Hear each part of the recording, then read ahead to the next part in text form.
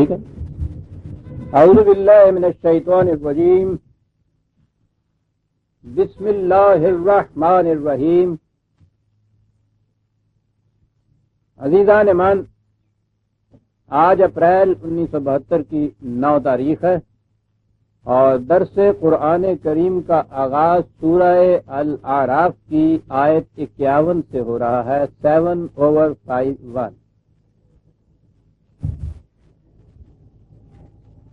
سابقہ آیات میں منظر یہ پیش کیا جا رہا تھا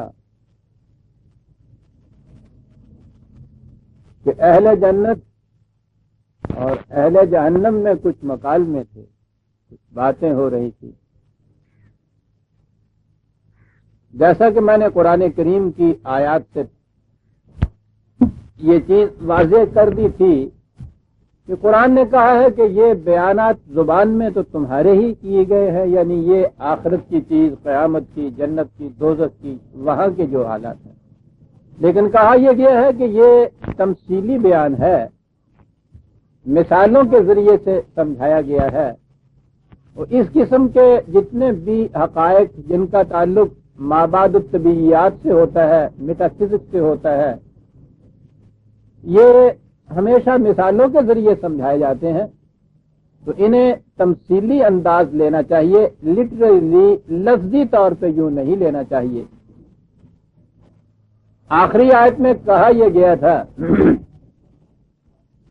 کہ اہل جہنم اہل جنت سے کہیں گے کہ جو کچھ تمہیں خوشگواریاں نصیب ہوئی ہیں، جو نعمت تمہیں ملی ہے، جو کچھ تمہیں حاصل ہوا ہے، زندگی کی یہ شادابیاں، یہ کیفیات جو تم پہ عرض ہوئی ہیں، ان میں سے کچھ تھوڑا سا حصہ ہمیں بھی دے دو. بلکہ وہ جو دوسری مثال قرآن نے کہی تھی کہ وہ انہیں آواز دیں گے، یہ آگے جانے والے ہوں گے اور ان سے کہیں گے کہ ذرا رکنا، ٹھہرنا، تاکہ تمہارے دیے سے ہم بھی اپنا چراغ روشن کر لیں.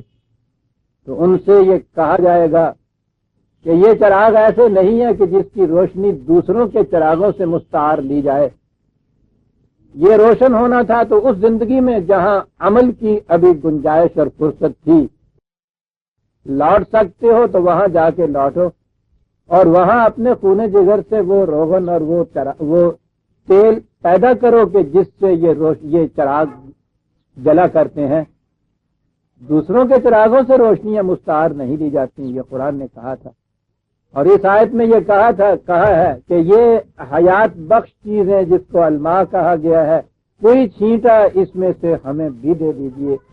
تو اس میں کہا تھا قالوا ان اللہ حرمہما علی الکافرین. ان سے کہا جائے گا کہ خدا نے یہ چیزیں کافرین پر حرام قرار دی ہیں. ابھی عرض کرتا ہوں، معاف رکھیے گا،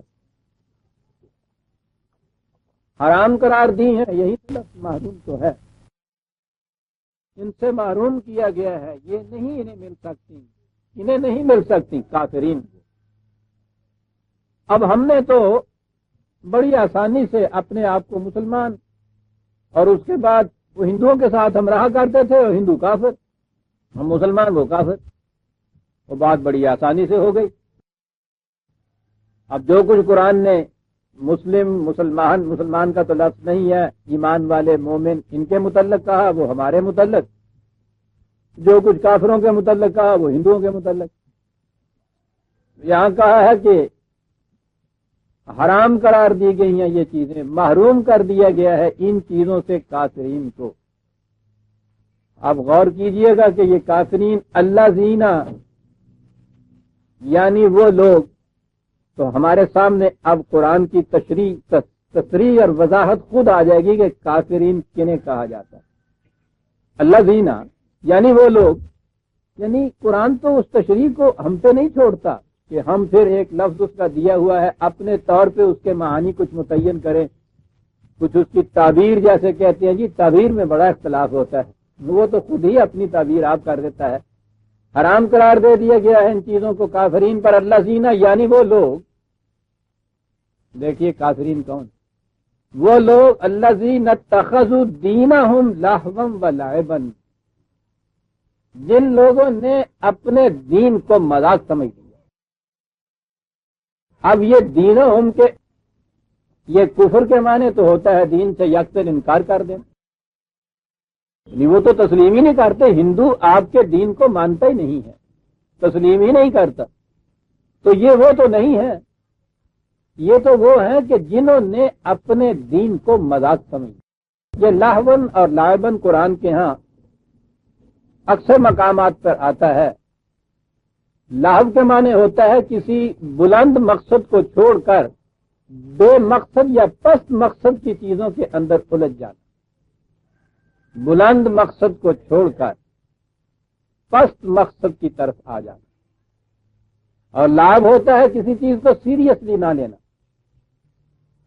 کہا کہ یہ وہ لوگ ہیں محروم کر دیے گئے ان تمام نوازشاں اور نعما سے کہ جن کے لیے یہ مملکت ان کو دی گئی تھی. محروم کر دیے گئے وہ لوگ، حرام قرار دے دی گئی ان لوگوں کے اوپر، کافرین کے اوپر. یعنی وہ لوگ، اب کافرین کی تشریح ہو گئی عزیزان من، لکھاتے رہیے مردم شماری کے رجسٹر میں اس خانے کے اندر اپنا نام.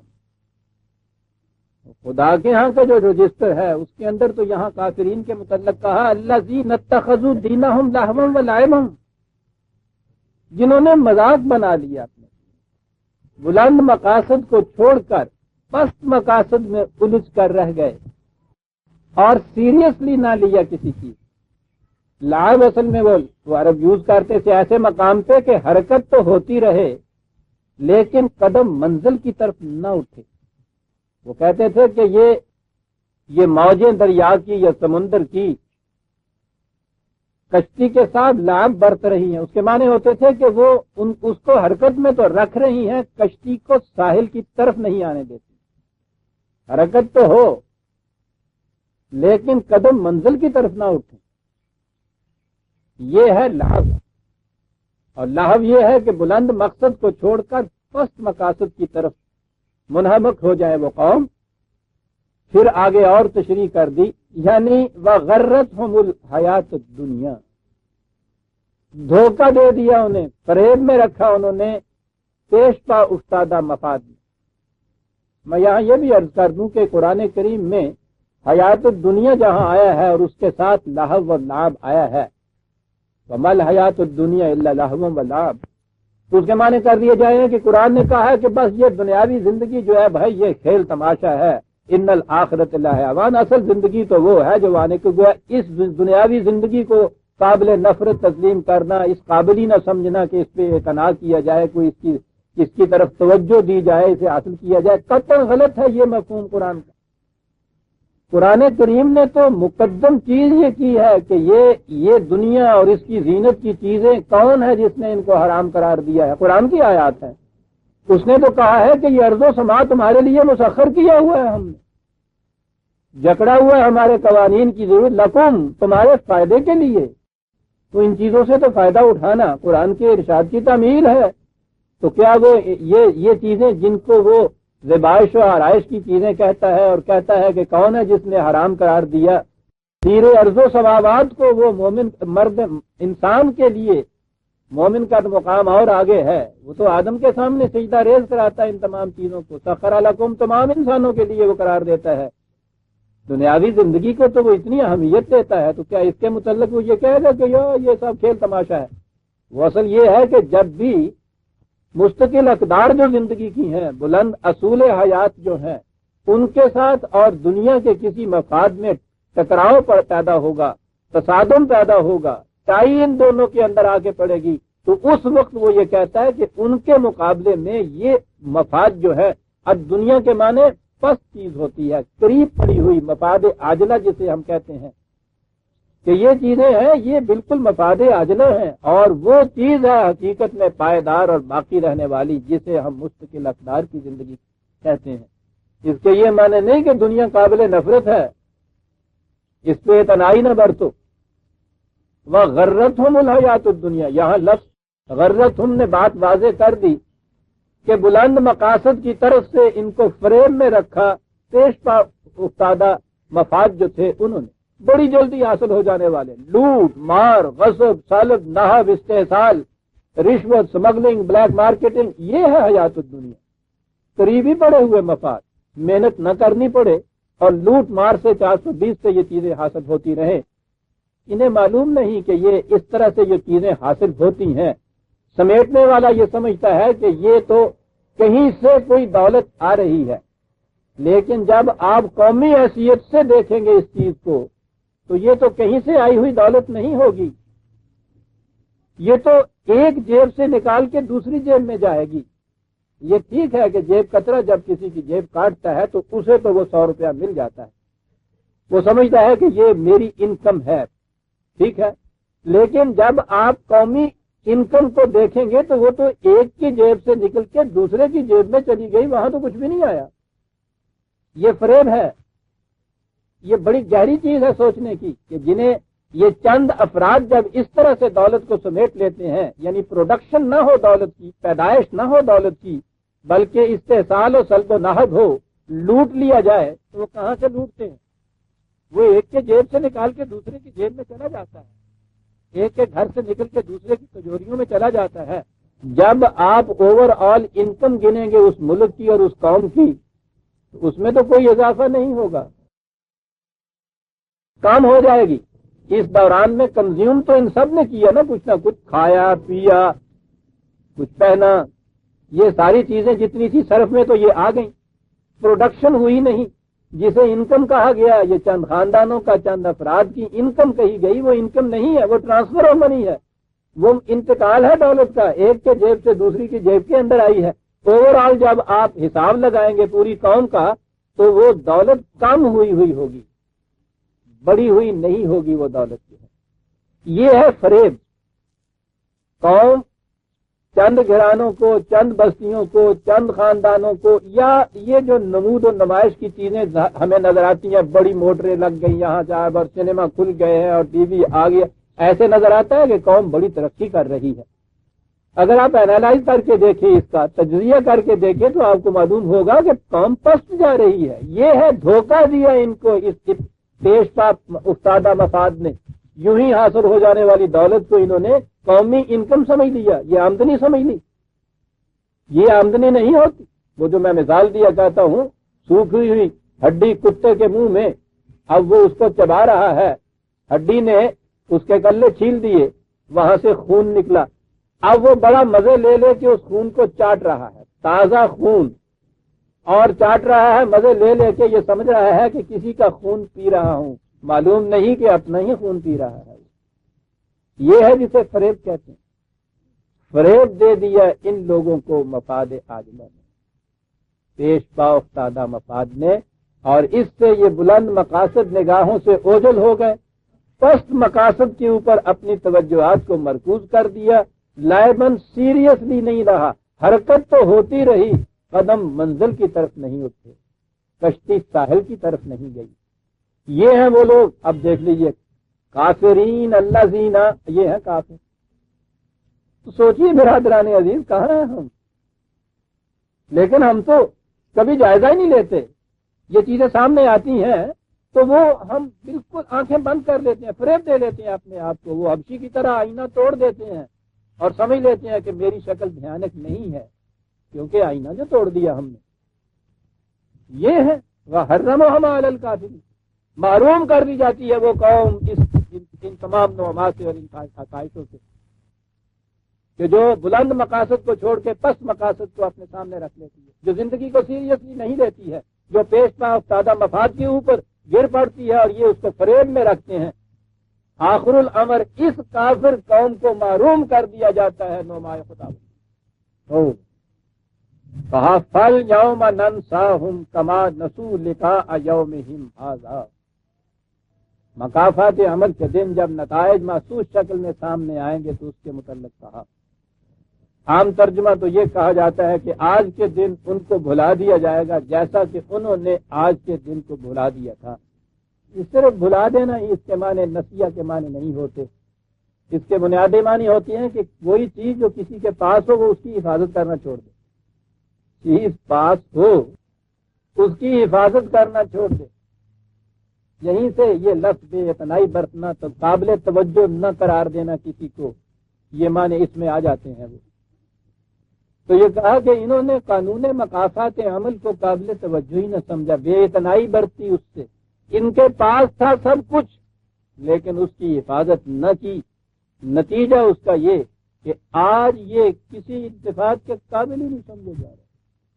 یہ ایک ایسی جن سے قاصد جسے قرآن نے دوسری جگہ کہا ہے، یہ ایک ایسی جن سے قاصد ہے کہ کوئی نگاہ اٹھا کے ان کی طرف نہیں دیکھتا، کوئی مول ہی نہیں ان کا، کوئی خریدار ہی ان کا نہیں، قابل توجہ ہی نہیں یہ رہے، اس لیے کہ انہوں نے اس چیز کو فراموش کر دیا یا قابل توجہ نہیں سمجھا تھا کہ قوموں کی زندگی کے اعمال ایک دن نتیجہ خیز ہو کر رہتے ہیں۔ انہوں نے یہ کیا اور نتیجہ اس کا یہ ہے کہ آج یہ قابل توجہ ہی نہ رہی قوم کا۔ سوچئے کہ جو خدا کے قانون کی روح سے قوم نگلیکٹڈ ہو جائے، اس کو قابل توجہ ہی نہ سمجھا جائے، کنڈیمڈ ہو جائے وہ قوم، اس کا کیا حشر ہوتا ہے۔ حرمہما، یہ تمام چیزیں جتنی بھی ہیں ان سے چھین لی جائے گی، ان کو محروم کر دیا جائے گا، ان پہ حرام قرار دی جائے گی یہ تمام چیزیں۔ پوچھتے ہیں سب حرام و حلال کے مسائل پوچھتے ہیں، مسائل تو یہ پوچھتے ہیں، حقائق کی طرف ان کی نگاہ نہیں جاتی۔ یہ ساری چیزیں تو حلال و طیب تھیں، یہ جو اہل جنت کو مل رہی ہیں حلال اور طیب چیزیں ہیں، یہ حرام قرار دے دی گئیں اس قوم کے لیے جس نے زندگی کے ساتھ یوں مذاق کیا، جس نے حقائق کے ساتھ مذاق، جس نے دین کے ساتھ مذاق کیا۔ یہ دین کے ساتھ مذاق کی بات تو آپ غور کیجئے کتنی بڑی، ایک لمحہ ہم پہ ایسا نہیں گزرا اس 25 سال میں جب کہ ہم نے دین اسلام کا نام نہ لیا۔ ہر شخص نے اٹھ کے، ہر حکومت نے، ہر ذمہ دار نے پہلی چیز یہ ہے کہ صاحب کہ حاکمیت ساری خدا کو بلانگ کرتی ہے، ساورینٹی بلانگ ٹو اللہ، اور اس کے بعد صاحب یہاں کوئی قانون ایسا نہیں ہوگا جو خدا کے قانون کے خلاف بنایا جائے گا۔ بالکل صاحب، پہلا چیپٹر آپ کے یہاں کے ہر آئین کا یہ بنتا تھا، جو آتا ہے برسر اقتدار سب سے پہلے اس چیز کا اعلان کرتا ہے، قرآن کہتا ہے مذاق کر رہے ہیں دین کے ساتھ۔ انکار کر کے کوئی دوسری روش اختیار کر لینا اس بات کی، وہ روش کچھ تو اپنے نتائج دے گی، لیکن کسی روش کسی نظام کے متعلق اقرار کرتے جانا اور اس پہ مذاق کرتے چلے جانا، مذاق کے معنی یہ ہے کہ آپ کہتے چلے جائیے کیجئے نا، وہ جسے وہ کہتا ہے کہ ہاں صاحب میں ٹھیک ہے اتنے روپے تمہیں دے دوں گا، وہ کہتا ہے ٹھیک کہتے ہو، مذاق کر رہے ہو، اس کے معنی یہ ہوتے ہیں مذاق کر رہے ہو کہ کہہ تو رہے ہو، ایمانداری سے کہو ایسا کرو گے بھی۔ یا دوسری جگہ وہ کہتے ہیں نا کہ میں نے تو تم سے مذاق کیا تھا۔ دین کے ساتھ یہ مذاق ہوتا ہے، یہ انکار نہیں ہوتا دین سے۔ یہ قوم اپنے آپ کو ہندو نہیں کہلاتی، مسلمانی کہلاتی، اس دین کا متبع کہلاتی ہے، دین سے مذاق کرتی، کہا جو دین سے مذاق کرتی ہے پھر انہیں محروم کر دیا جاتا ہے ان چیزوں۔ اور یہ کافر کی وضاحت قرآن نے کر دی کہ کون لوگ ہیں جنہیں کافر کہا جاتا ہے، دین سے مذاق کرتے، مفاد عاجلہ ان کو فریب میں رکھتے، لاہب میں اڑتے ہیں، ناب میں اڑتے ہیں، یہ کیفیت ان کی ہوتی ہے، بلند مقاصد کو چھوڑ دیتے ہیں، حرکت ہوتی ہے کسی منزل کی طرف قدم نہیں ان کے اٹھتے، نتیجہ اس کا یہ کہ جیسے انہوں نے اپنے پاس رکھی ہوئی چیزوں کی حفاظت نہ کی، آج ان کو بھی قابل اعتنا نہ سمجھا۔ وما کانوا بآیاتنا یجحدون، اور یہ لوگ ہمارے قوانین سے سرکشی برتتے تھے ضد اور تعصب کی بنا پر۔ یہ انکار ہی نہیں ہے، یہود جو ہے وہ اس قسم کی سرکشی یا انکار ہوتا ہے جو ضد کی بنا پہ، تعصب کی بنا پہ کیا یا یہ بات نہیں کہ سمجھتے نہیں تھے، سمجھتے تھے، یہ کرتے تھے، اس کا نتیجہ یہ ہے حرمہما علی الکافرین۔ اب سوال یہ پیدا ہوا کہ یہ قوانین خداوندی سے سرکشی برتتے تھے جانتے بوجھتے ہوئے، تو کہاں سے یہ قوانین خداوندی؟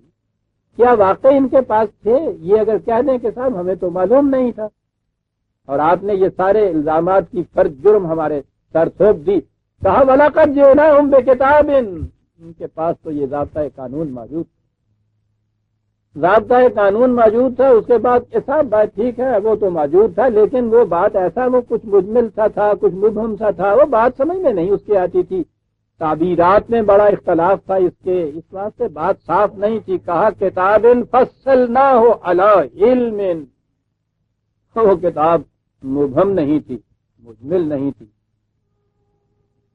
وہ کتاب ایسی تھی کہ جس کو ہم نے نکھار کر بیان کیا۔ فصل نہ کے معنی ہوتا ہے الگ الگ یوں بیان کر دینا، ڈسٹنکٹلی، اس طرح ڈفرینشیٹ کر کے دوسری چیزوں سے۔ اسے کہتے ہیں فصل کے معنی ہوتا ہے ایک چیز اور دوسری چیز کے درمیان ایک امتیازی نشان پیدا ہو جانا۔ اس طرح سے ہم نے اس کو نکھار کر، ابھار کر، وضاحت سے بیان کیا، اور بیان یہ جو کیا ہم نے، یہ جو اس طرح سے تفصیل دی ان کی، علی علم، یہ مبنی تھی علم پر، اور علم میں بھی خداوندی۔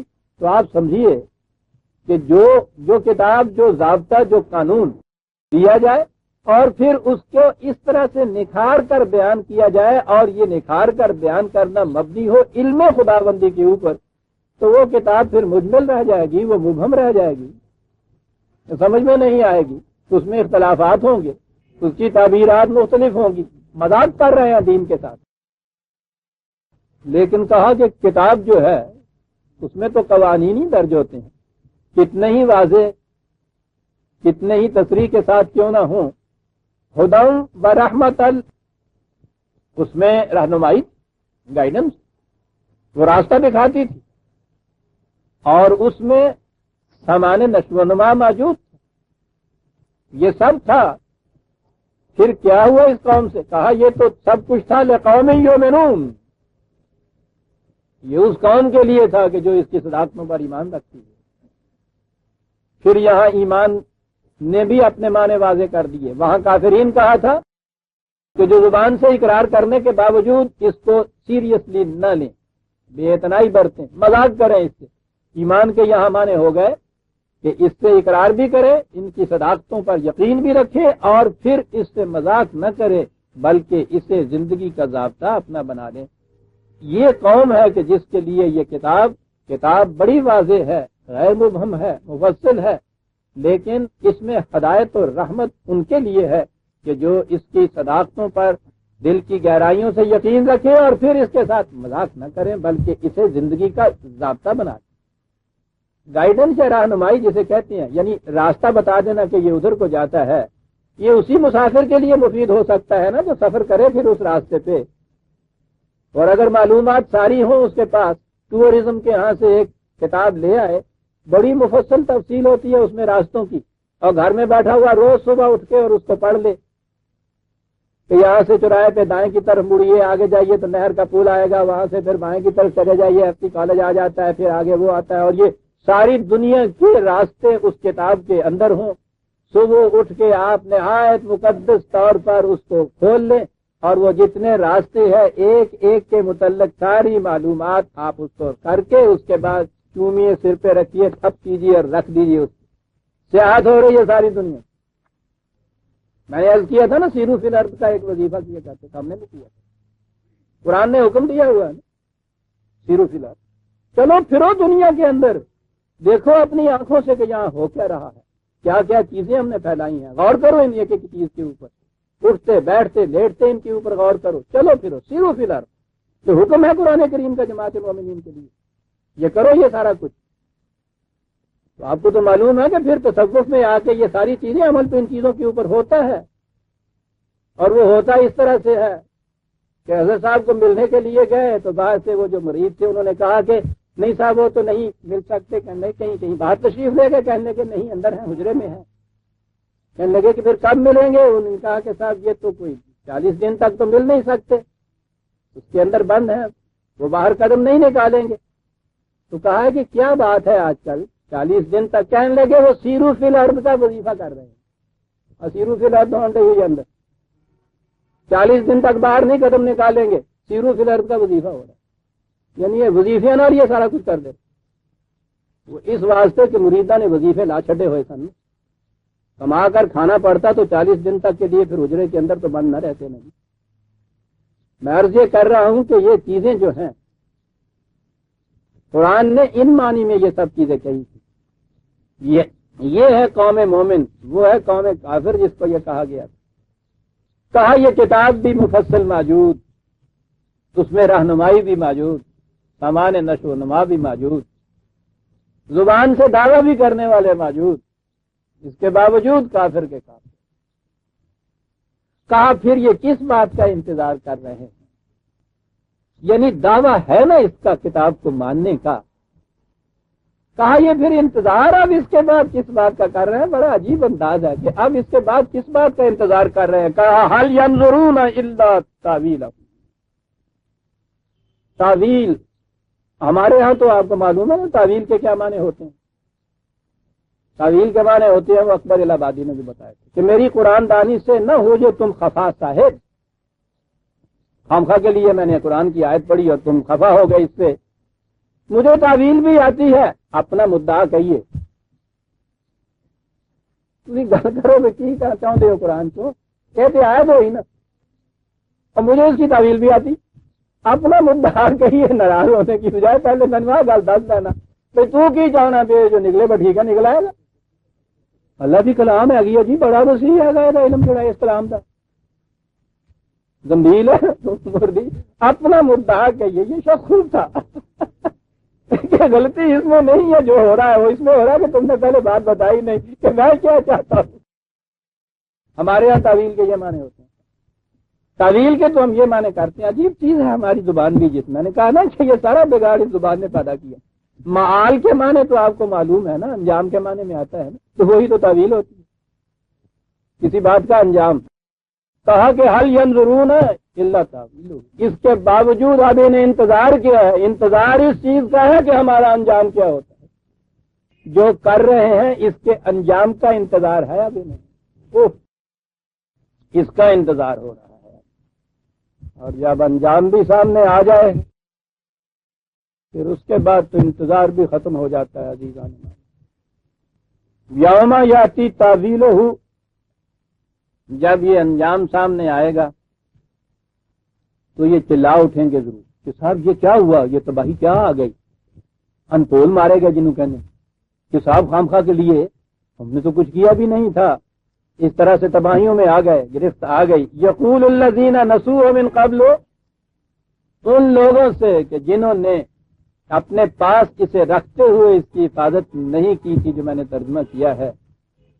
جنہوں نے اس کو پسے پشت ڈال رکھا تھا جنہوں نے اسے بے اعتنا سمجھ رکھا تھا. تھی یہ چیز غور کیجئے الفاظ قرآن کے انتخاب قرآن کا اور یہ زبان وہ نسوب بولتے اس کے لیے ہے کہ چیز موجود ہو اپنے پاس اور اس کی حفاظت نہ کی جائے. ان لوگوں سے کہا جائے گا کہ جنہوں نے اسے اپنے پاس رکھنے کے باوجود اس کی حفاظت نہ کی. کہا یہ جائے گا پوچھا یہ جائے گا کہ تم یہ جو کہہ رہے ہو کہ صاحب یوں ہی مارے گئے ہمیں پتہ ہی نہیں تھا. قد جاءت رسل ربنا بالحق. وہ کہیں گے کہ ہاں ٹھیک ہے یہ تمام باتیں جو ہیں ہمیں ان سے متنبع کر دیا گیا ہمیں آگاہ کر دیا گیا تھا. وہاں گنجائش ہی نہیں ہوگی یہ کہنے کی کہ پھر مکر جائیں یا انکار کر دیں کہ ہمیں معلوم نہیں تھا. یہ سب چیزیں ہمارے سامنے تھیں ہمیں یہ بتا دیا گیا تھا. ضمناً میں عرض کر دوں کہ یہ ابھی کنونشن طلوع اسلام کی جو آ رہی ہے 20 سے 23 تک اس میں غالباً 20 تاریخ کی شام کو میرا پہلا خطاب ہے. وہ خطاب کا عنوان ہی یہ ہے کہ یہ جو تباہیاں ہم پہ آئی ہیں یہ نہیں تھا کہ اس کے متعلق ہمیں بتایا نہیں گیا تھا. اوروں کے متعلق تو میں کہہ نہیں سکتا. 25 سال مسلسل اور متواتر قرآن کی روشنی میں خود بتاتا چلا آ رہا تھا. ایک ایک چیز جو ہوئی ہے یہ ساری اس 25 سال کے عرصے میں طلوع اسلام کی فائلوں کے اندر موجود تھی. کیونکہ قرآن نے یہ کہا ہے کہ ہم کسی قوم کو تباہ نہیں کیا کرتے تاوقت کہ پہلے اسے بتانا دیا جائے کہ غلط راستہ کون سا ہے اور صحیح کون سا ہے. تو وہ اقرار کریں گے اس وقت کہ ہاں ہمارے پاس تیرے پیغمبر آئے تھے حق کے ساتھ. یاد رکھیے نبوت ختم نبوت سے پہلے تو یہ پیغمبر خدا کے رسول اور اس کے نبی وہ آیا کرتے تھے. نبوت ختم ہو جانے کے بعد خدا کا پیغام ہمارے پاس موجود محفوظ شکل میں. اب اس کے بعد اس امت کا فریضہ ہے ان میں سے جو بھی قرآن کے اوپر نگاہ رکھے ان کا فریضہ ہوتا ہے کہ یہ پیغام خداوندی دوسروں تک پہنچائیں. ختم نبوت کے بعد یہ رسالت کا فریضہ جو ہے یعنی پیغام پہنچانے کا فریضہ یہ امت کے ذمہ لگ گیا اس امت پوری کو وارث کتاب کہا گیا ہے۔ اب کوئی رسولوں کی طرح اور نبیوں کی طرح خدا کی طرف سے آ کے یہ پیغام نہیں پہنچائے گا، بلکہ اس امت کے افراد جو ہوں گے جن کی بھی نگاہ قرآن پہ ہوگی وہ اس چیز کو خود سمجھیں گے اور دوسروں تک بھی پہنچائیں گے۔ یوں ختم نبوت کے بعد فریضہ رسالت جو ہے وہ امت کے افراد اس طرح سے انہیں دوسروں تک پہنچائیں گے۔ اب خدا کی طرف سے کسی آنے والے کا یا کسی پیغام کو لانے والے کا تصور غلط ہے۔ پوچھا جائے گا کہ کیا یہ چیز تم تک پہنچے تھی، وہ اقرار کریں گے کہ ہاں ہم تک یہ پیغام پہنچ چکے ہوئے تھے۔ اب اس کے بعد کہ پھر کیوں انحراف برتا تھا، ذہن میں یہ تھا کہ کوئی بات نہیں، اگر کچھ ایسا ہلا گلا کہیں ہو بھی گیا تو بہت لوگ ہیں جو ہمارا ساتھ دینے والے، ہمارے ساتھ کھڑے ہونے والے ہیں۔ کہا فَهَلْ لَنَا مِن شُفَعَاءَ فَيَشْفَعُوا لَنَا، وہ اس بے بسی میں اور مایوسی کے عالم میں یہ کہیں گے کہ کوئی آج ہے ایسا جو ہمارے ساتھ کھڑا ہو جائے۔ میں نے عرض کیا تھا کہ یہ شفاعت جسے کہتے ہیں، سفارش تو اس کے بعد میں ثانوی معنی ہے، بنیادی معنی اس کے ہوتے ہیں کسی کے ساتھ کھڑے ہو جانا، دیوار بر دیوار کھڑے ہو جانا۔ حق شفا یہی سے لگتا ہے نا، یہ ساتھ کھڑے ہو جانے والے کوئی ہے آج جو ہمارے ساتھ کھڑا ہو جائے، اس میں کوئی ایسا نہیں ملے۔ وہ بیچارے در بدر کی ٹھوکریں کھاتے ہوئے چلے آئیں گے، کبھی اس مملکت میں، کبھی اس ملک میں، کبھی اس قوم کے پاس، کبھی اس کے پاس، یہ کہتے ہوئے کہ فَهَلْ لَنَا مِن شُفَعَاءَ، کوئی ہے جو ہمارے ساتھ کھڑا ہو جائے۔ کہا کوئی اس وقت ان کے ساتھ کھڑا نہیں ہوگا، یہاں تک یہ پہنچ چکی ہوگی۔ کہا اس کے بعد دوسری چیز ان کے ہاں سے، ان کے زبان سے یہ نکلے گی، او نرد فنعمل غیر الذی کنا نعمل، وہ کہیں گے کہ ہمیں واپس لوٹا دیا جائے وہاں تاکہ ہم پھر وہ کام کریں جو ان کاموں کے خلاف ہو جو پہلے ہم نے کیے تھے، جن کی وجہ سے تباہی آئی ہے۔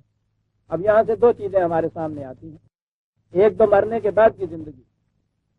قرآن کریم نے متعدد مقامات پر اس چیز کو دہرایا ہے کہ وہاں یہ کہیں گے کہ ایک بار اور اگر چانس ہمیں دے دیا جائے اور لوٹا دیا جائے ہمیں پھر اسی دنیا کی زندگی میں، تو یہ کہتے ہیں خدا سے کہ پھر آپ دیکھیے کہ ہم کس طرح سے کتنے اچھے اچھے کام کرتے ہیں، ایک بار آؤ۔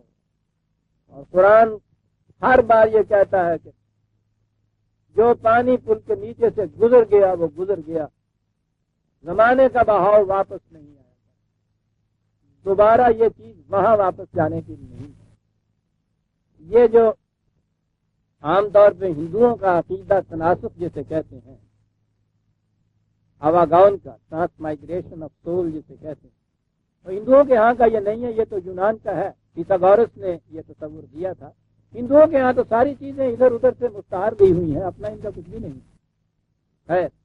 تو اس عقیدے کی روح سے یہ کہا جاتا ہے نا کہ یہ مرنے کے بعد پھر پلٹ کے یہاں، پھر مرنے کے بعد پھر آواگون، یہ کہتی ہے ایک چکر ہے، زندگی ان کے نزدیک سائیکلک ہے کہ اس میں پھر پلٹ کے آ جاتا ہے، پھر پلٹ کے آ جاتا ہے۔ تو اس طرح سے یہ یہاں وہ پہلے جنم کے جتنے برے کام ہوتے ہیں ان کی دھلائی ہو جاتی ہے، پھر ایک اور چکر دیا جاتا ہے، اور وہ چکر اتنا لمبا گھن چکر ہے کہ وہ ختم ہی نہیں ہوتا کسی طرح سے۔ قرآن کریم نے اس عقیدے کی ہر جگہ مخالفت کی، اس نے کہا ہے کہ زندگی صراط مستقیم پہ چلتی ہے، سائیکلک آرڈر میں نہیں چلتی ہے، یہ آگے چلا جاتا ہے، ٹائم کا بہاؤ پیچھے نہیں آیا کرتا۔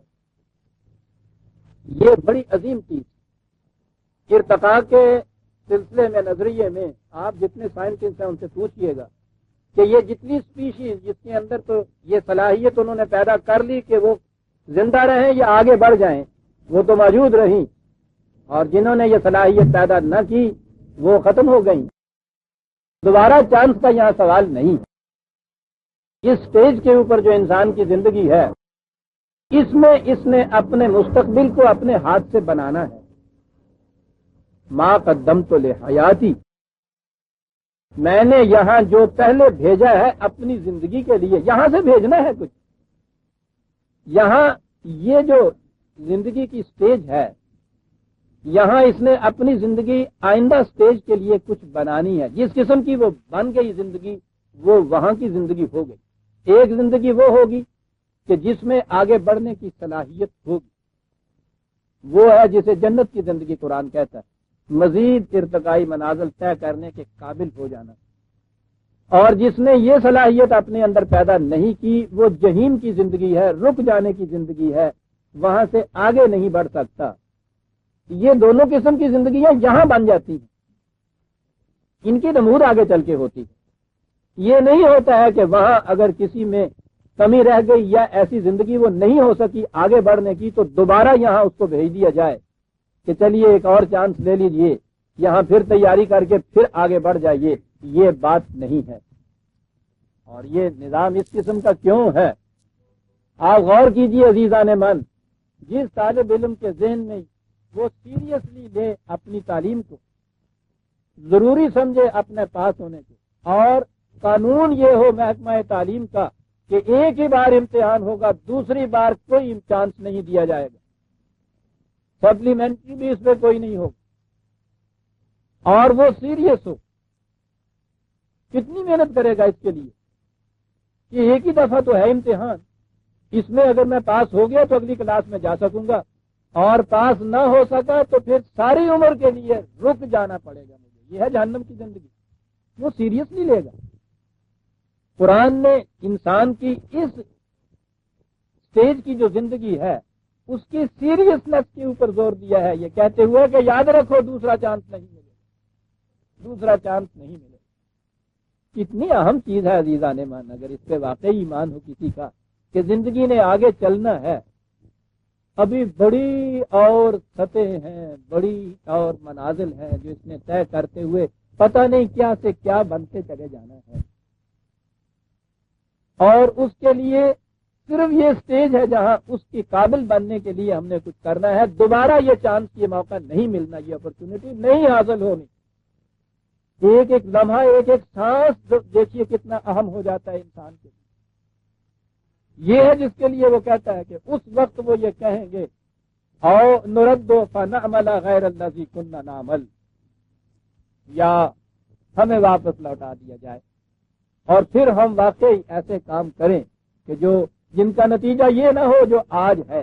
میں نے عرض کیا ہے کہ ایک سٹیج یہ ہوتی ہے، یہ تو وہاں کی زندگی کے متعلق قرآن نے کہی، یہاں کی قوموں کے متعلق بھی قرآن نے یہ کہا ہے۔ یہاں ہلاکت دو قسم کی قرآن نے بتائی۔ قوموں کی ہلاکت ایک اس قسم کی بتائی ہے کہ ان کے اوپر ایک تباہی آتی ہے، زوال آتا ہے، انحطاط آتا ہے، وہ ان کی ابدی مرگ نہیں ہوتی، ابدی موت نہیں ہوتی، انہیں دوبارہ زندہ ہونے کے لیے چانس دیا جاتا ہے، انہیں موقع دیا جاتا ہے زندگی کے اندر۔ یہ چیزیں قرآن کریم میں بہت سی قوموں کے متعلق آئی۔ جسے توبہ کہا جاتا ہے وہ ایک فرد کی توبہ نہیں ہے، قوم کی توبہ بھی ہے۔ واپس وہاں جایا جاتا ہے جہاں سے غلط سمت کی طرف قدم اٹھا تھا۔ تو قوموں میں ایسی تباہی آتی ہے جس میں ابھی ہنوز اس کا چانس ہوتا ہے، حیات نو کا، نشأت ثانیہ کا، باز آفرینی کا، پھر وہی زندگی حاصل کر لینے کا۔ اور دوسری قسم کی تباہی قرآن نے کہی ہے وہ حرام و نہ کر یا تنندر، نہیں ابدی طور کے اوپر وہ پھر قوم ختم ہو جاتی ہے۔ تاریخ میں بہت سی قومیں ایسی ملتی ہیں، قرآن نے کہا ہے کہ اس کے بعد حدیث ان کی داستانیں باقی رہ جاتی ہے، قوم باقی نہیں رہتی۔ تو خود ہندوستان کی تاریخ میں دیکھیے، یہاں وہ اسین آئے، باخترین آئے، وہ ہن آئے، کتنی قومیں یہاں آئیں، نام ان کا تاریخ میں ملتا ہے، نشان کہیں نہیں ملتا ہے۔ یہ وہ قومیں ہیں جو اس طرح سے تباہ ہوئیں کہ پھر ان کے نصیب میں حیات ثانیہ نہ ہو۔ لیکن بے شمار قومیں ایسی تھیں کہ جو تباہ ہوئیں ان کو پھر سے موقع دیا گیا باز آفرینی کا۔ میں سمجھتا ہوں کہ ہم پہ جو تباہی اس وقت آئی ہے یہ اس دوسری قسم کی تباہی ہے۔ تباہی تو بہت بڑی ہے، تاریخ میں بہت کم اس کی مثال ملتی ہے، لیکن ابھی باز آفرینی کا موقع باقی ہے۔ یہ جو خطہ زمین ابھی تک باقی رہ گیا ہے، اس کے معنی یہ ہے کہ یہ سٹیج ابھی یہ ہے کہ جس میں ہم دوبارہ چاہیں تو اپنی زندگی پیدا کر سکتے۔ یہ وہ مقام نہیں جس میں قرآن کریم نے کہا تھا کہ قومیں ابدی طور پر زندگی سے محروم ہو جایا کرتی۔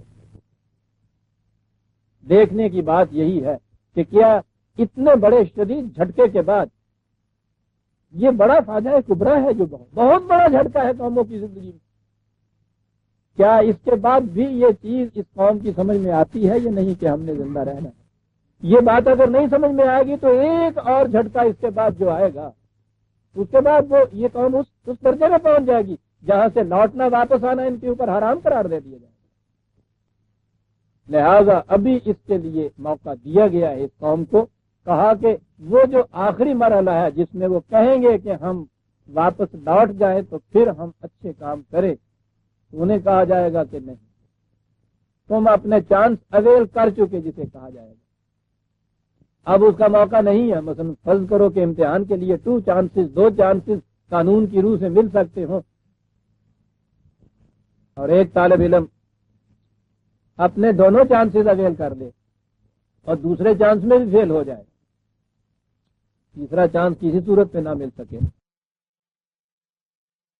زندگی کے امتحانات تو ایسے نہیں ہوتے عزیزان من، تو جیسا اب ہو رہا ہے کہ امتحان میں بیٹھیے ہی نہیں اور پاس ہو جائیے، بلکہ وہ تو کہتے ہیں کہ وہ فرسٹ آ جاتا ہے۔ یہ تو ایسی چیز ہے کہ جس میں اگر وہ دوسرا چانس کھو بیٹھا ہے، اویل نہیں کیا اس چانس کو قوم نے، تو اس کے بعد پھر اب بھی محروم ہے۔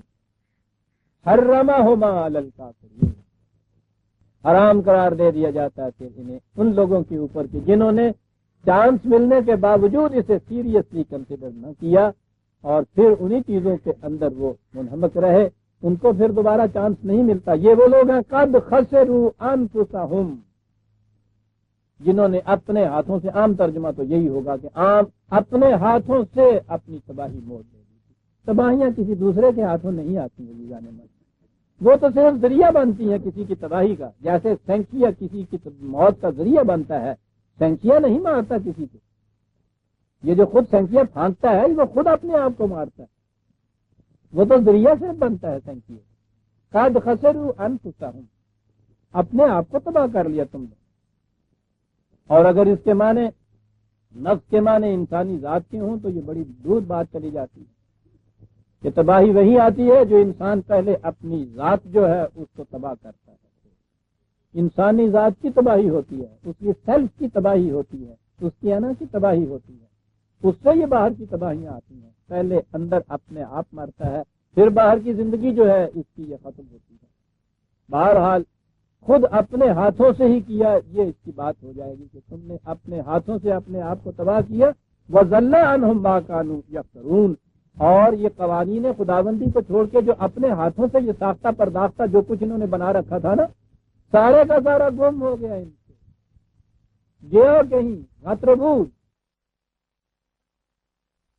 نے اپنے ہاتھوں سے اپنے آپ کو تباہ کیا۔ وَضَلَّ عَنْهُمْ مَا كَانُوا يَفْتَرُونَ، اور یہ قوانین خداوندی کو چھوڑ کے جو اپنے ہاتھوں سے یہ ساختہ پرداختہ جو کچھ انہوں نے بنا رکھا تھا نا، سارے کا سارا گم ہو گیا ان سے، گیا کہیں غتربود۔ بڑی امیدیں لگا رکھی تھی انہوں نے، بڑے بڑے محکم سہارے ان کو سمجھا تھا انہوں نے، سمجھے کہ جب وہ وقت آ جاتا ہے مقاصد عمل کا قوم کے اوپر تو یہ جتنے انسانوں نے اپنے لیے خود سہارے بنائے ہوئے ہوتے ہیں سارے گلا گم ہو جاتے ہیں، ختم ہو جاتے ہیں وہ سارے، کوئی باقی نہیں رہتا۔ یہ کیفیت اس قوم کی وہاں پہنچے ہوئی۔ کہا یہ چیزیں یوں ہی بائی چانس نہیں ہوتی، اتفاقی طور پر نہیں ہوتی، یہ تو ایک نظام ہے،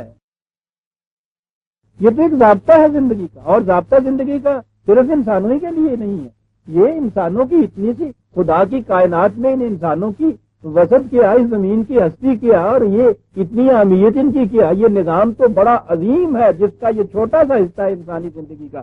ان ربکم الذی خلق السماوات والارض فی ستۃ ایام ثم استوی علی العرش، یہ اس خدا کا نظام ہے کہ جس نے اس کائنات کو ارتقائی طور پر 6 مختلف سٹیجز کے اندر پیدا کیا۔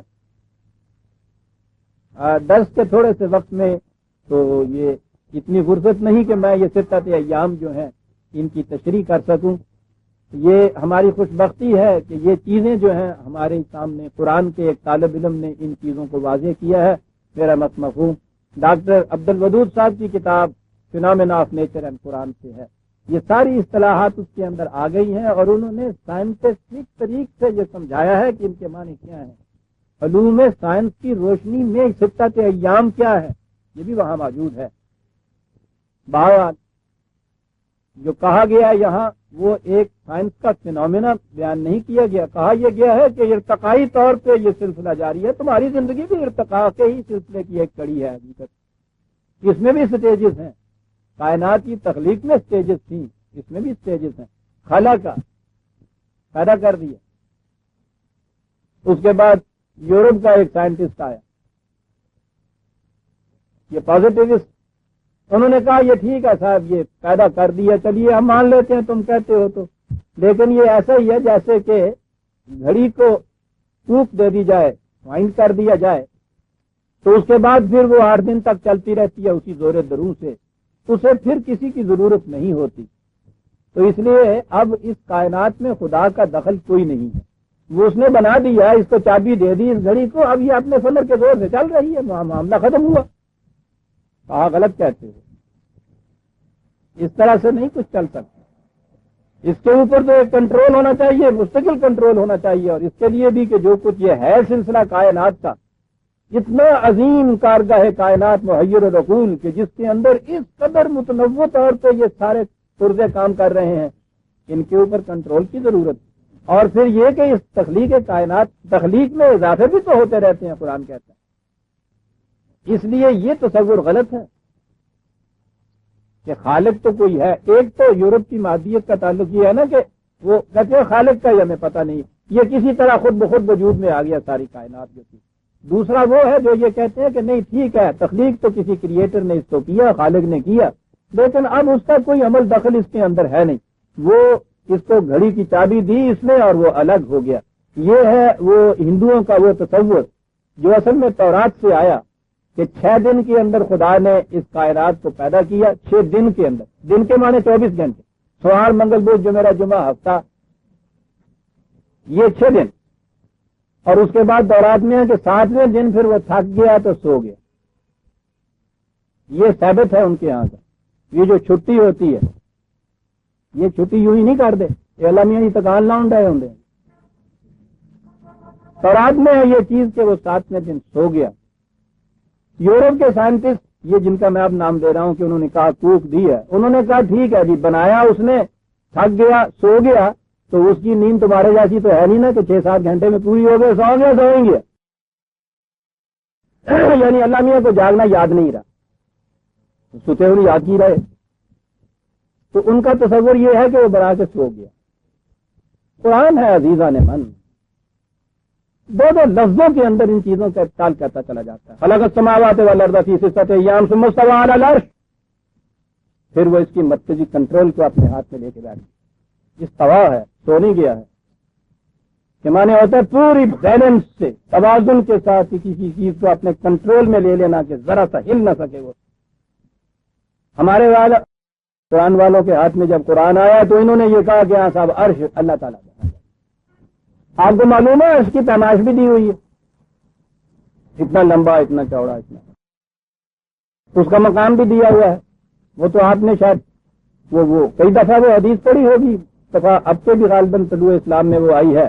عرش کی تفسیر آپ کے ہاں جو حدیث کی روح سے بیان کی جاتی ہے کہ وہ یہاں سے اوپر 7 آسمان ہیں, زمین سے پہلے آسمان کا فاصلہ 500 میل سال کا, پھر اس کے بعد پہلے آسمان اور دوسرے کے درمیان اتنا, دوسرے اور تیسرے کے درمیان, تیسرے اور چوتھے کے درمیان, 7ویں کے درمیان, اسی طرح سے پھر 7ویں آسمان کے اوپر. اب یہ کیا کرے, آگے تو آسمان مک گیا, کوڑا مک گیا. 7ویں آسمان کے اوپر 7 پہاڑی بکرے, ایک سمندر ہے, نہیں 7ویں آسمان کے اوپر ایک سمندر, اس کی گہرائی بھی اتنی کہ 500 میل کا فاصلہ. جیسے یہ سائنٹسٹ لائٹ ایئرز کہتے ہیں نا, یہ جب گناتے ہیں نا کہ روشنی کتنے عرصے میں یہاں تک پہنچی, تو یہ جو آپ کے یہاں کا ارتھمیٹک کا حساب ہے وہ تو ختم ہو جاتا ہے نا بہت پہلے سے.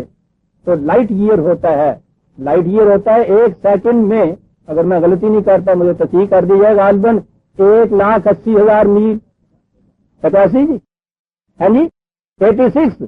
اب کوئی چھوٹے کا فرق نظر آتا ہے, اچھا جی، 1,86,000 میل فی سیکنڈ کے حساب سے سال میں کتنا ہوا؟ یار میتھمیٹکس تو اسے وہ کہتے ہیں لائٹ ایئر حساب کرنے کے لیے. تو ہمارے ہاں بھی انہوں نے یہ کہا تو وہ فاصلہ جو بتاتے ہیں نا تو 500 سال کا فاصلہ، ٹھیک ہے. تو وہ سمندر جو ہے 500 سال کا فاصلہ اتنی اس بھی، پھر اس سمندر کے اندر 7 پہاڑی بکرے کھڑے ہیں. آپ سوچئے کہ جو سمندر اتنا گہرا ہے اس میں جو بکرے کھڑے ہوں گے تو ان بکروں کی ٹانگیں ان بکروں کے سینگوں کے اوپر خدا کا عرش ہے. بہرحال کیوں نہ بینند حقیقت رہے افسانہ زنن، ذہن انسانی تھا، افسانہ تھا، کوئی بات نہیں. اگر اتنا ہی کہہ دیا جائے کہ ان کے ذہنوں میں یہ بات نہیں آئی، اس زمانے میں ایسی آئی، شاید ہم بھی اسی قسم کی باتیں کرتے اس زمانے میں. مصیبت وہاں آتی ہے جب یہ اس افسانہ گھر نے کہا یہ کہ رسول اللہ صلی اللہ علیہ وسلم نے یہ فرمایا ہے، بس وہاں جا کے بات ختم ہو جاتی ہے. اور پھر ان کے تراجم آپ نے کیے ساری دنیا میں، تو آپ سوچ لیجئے کہ اب دنیا کا سور والا طبقہ جب یہ کہے گا کہ یہ ان کے رسول نے بتایا ہے عرش کے متعلق، تو اس رسول کے متعلق کیا کہے گا؟ پھر یہ دعویٰ کہ رسول کی کوئی بات اپنی نہیں ہوتی تھی، خدا کی طرف سے وہ کہتا تھا، تو پھر خدا کے علم کے متعلق کیا بات ہوئی تھا؟ یہ ہے وہ چیز عزیزان من، جو یہ چیز میں کہتا رہتا ہوں کہ ہر چیز کو اپنے مقام پہ رکھیے. بہرحال ثم استوى علی العرش، تو خود ہمارے ہاں بھی جب تخت تاج کہا جاتا ہے تو وہ ایک لکڑی کا یہ تخت پوش نہیں ہوتا تھا، اس کے معنی ہی وہ مرکری کنٹرول کی جو چیز ہوتی ہے مملکت کی وہ ہوتی ہے. اور عربی زبان میں تو اس سے بولتے ہیں، اور عربی زبان میں تو چھوڑیے، میں نے کہا نا کہ قرآن کی طرف ہی آ جائیے نا، یہاں تو اس نے صرف یہ کہا ثم استوى علی العرش. متعدد مقامات میں یہ چیز آئی ہے. یہ سورہ یونس میں پہلی تیسری آیت ہے 10/3. قرآن تو خود تشریح اپنی کرتا ہے، وہاں ہے ثم استوى علی العرش یدبر الامر، پھر وہ عرش پہ مستوی ہو گیا تاکہ یہ امور کی تدبیر کرتا رہے. بات ختم ہو گئی. تدبیر امور ضروری، امر خلق یہ ہے، یہ جو محسوس دنیا ہے آپ کے ہاں کی، قرآن اس کو خلق کہتا ہے. لہ الخلق والامر، خلق بھی اسی کے، امر بھی اسی کا. یورپ کا ایک مغرب کا ایک فلاسفر ہے اور سائنٹسٹ بھی ہے، وہ ہیٹیگن، اس نے یہ چیز کہی کہ کس قدر خوش قسمت ہیں لوگ، یہ لوگ جن کی زبان یہ عربی تھی اور جن کی زبان میں یہ قرآن آیا، کہ جس میں تخلیق کے لیے 2 لفظ ہیں، خلق اور امر. ہماری بے بذاتی متضاد ہو کہ ہمارے ہاں ایک ہی لفظ ہے کریے، اور اس نے کہا کہ یہ اس لیے ہے کہ ہم اس مادیت سے ان سے جا نہیں سکے. یہ قرآن ہے کہ جس نے خلق اور امر 2 چیزیں بیان کی ہیں کریشن کے لیے. امر کا مقام وہ ہے کہ جہاں ان چیزوں کے پلاننگ ہوتی ہے، ڈیزائنز ہوتے ہیں، اور اس ڈیزائن کے بعد انما امرہ، اس کا امر پھر کیا کرتا ہے؟ وہ کسی شے کے متعلق یہ کہتا ہے کن فیکون، وہ تخلیق میں آ جاتی ہے. اور یہ وہ مرحلہ ہے اس کا تخلیق کا جب محسوس طور پر تمہارے سامنے وہ آ جاتی ہے. لہ الخلق والامر، یہاں کہا ہے خلق السماوات والارض. اس سلسلہ کائنات کو وہ یوں لایا، اپنے پلان کو محسوس شکل کے اندر اس نے یہ تبدیل کیا، اور اس کے بعد پھر وہ گھڑی کو چابی دے کے الگ ہو کے بیٹھ نہیں گیا، سو نہیں گیا ہندو کے اشارے کے مطابق. ثم استوى علی العرش، پھر وہ اس کے مرکزی کنٹرول کے اوپر ایک بیلنس لیے ہوئے بیٹھ گیا. کاہے کے لیے؟ یدبر الامر، تاکہ جو اس کے پلان ہے، کیا لفظ ہے یدبر عزیزان من؟ اس کے معنی ہوتا ہے کسی کا پیچھا کرنا، اس کو ایگزیکیوٹ کرانا، دیکھتے چلے جانا اس کے پیچھے پیچھے کہ یہ ٹھیک چیز کے اوپر جا رہا ہے یا نہیں، ایگزیکیوٹ کرا دینا اس چیز کو. اس کے لیے ضرورت تھی وہ کہ وہ بیٹھ گیا. تو اس کے لیے سویا ہوا خدا یا گھڑی کو چابی دے کے فارغ بیٹھا ہوا خدا، وہ تو خدا ہی نہیں ہوتا. یہ جو چیز ہے قرآن کریم کی کہ وہ پہلا امر ہے، اس کے اندر وہ ایک ڈیزائن پلان ہوتا ہے، پھر وہ محسوس شکل میں آتا ہے تو یہ تخلیق ہوتی ہے. تخلیق کے بعد بھی اس کا وہ امر کا جو میدان ہے وہ ختم نہیں ہو گیا، بلکہ وہ یدبر الامر. وہ دبر کا لفظ عربی جاننے والے جانیں گے کہ کیا کہہ گیا قرآن اس کے اندر. پیچھا کرنا کسی، اس کے لیے وہ پھر عرش کے اوپر ہے.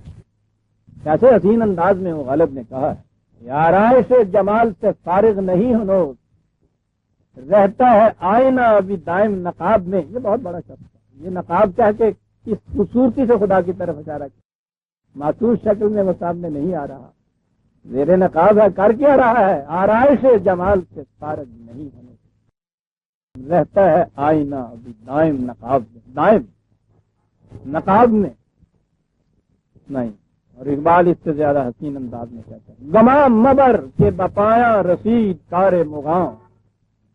یہ نہ سمجھ کہ یہ موغ جو ہیں شراب بنانے والے بس ایک مرتبہ تیار کر کے یہ خالی فارغ ہو گئے.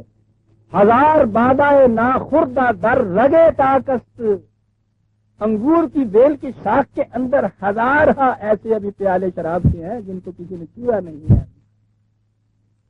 یدبر الامر، یہ ہے تخلیق کے بعد جو کچھ وہ کرتا ہے. اور پھر یہی ہے تدبیر امر، یغشی اللیل النہار یطلبہ حسیسا. کیا خوبصورت منظر کشی ہے، محاکات ہیں. کہتا ہے کہ یہ دیکھیے دن کی یہ تمام درخشندگیاں تابناکیاں کیسی، اس کے بعد رات آتی ہے تو اس کے اوپر ایک چادر اڑا دیتی ہے ظلمت کی تاریکیوں کی. دیکھتے ہیں جس پہ چادر اڑائی جائے وہ معدوم نہیں ہوتا، وہ ختم نہیں ہوتا، کہیں گم نہیں ہوتا. چادر اڑا دیتے ہیں. اس کے بعد کہا کہ پھر یہ دن کی کیفیت کیا ہے؟ کہنے کا یہ اس کے پیچھے پیچھے لپک کے جا رہا ہوتا ہے کہ جانی کتنی آتی ہوتی. ہاں یطلبہ حسیسا والشمس والقمر والنجوم مسخرات بامرہ. یہ ہے وہ امر جس کی تدبیر کے لیے وہ استویٰ علی العرش ہے. شمس و قمر اور نجوم یہ تمام کے تمام اس کے امر کی زنجیروں میں جکڑے ہوئے ہیں جس کی وہ تدبیر کرتا رہتا ہے ہر وقت. یہیں آ گئی وہ بات جو میں نے ابھی کی، الا لہ الخلق والامر. کس زبان میں اس کا ترجمہ ہو سکے گا عزیزان؟ ہماری زبان تو بہرحال ابھی ہے ہی کوتا دامن. میں عرض کر رہا ہوں نا کہ انگریزی زبان بڑی وسیع ہو گئی ہوئی ہے. اس کا جو وہ ماسٹر ہے وہ یہ کہہ رہا ہے کہ ہمارے ہاں اس کے لیے دو لفظ نہیں.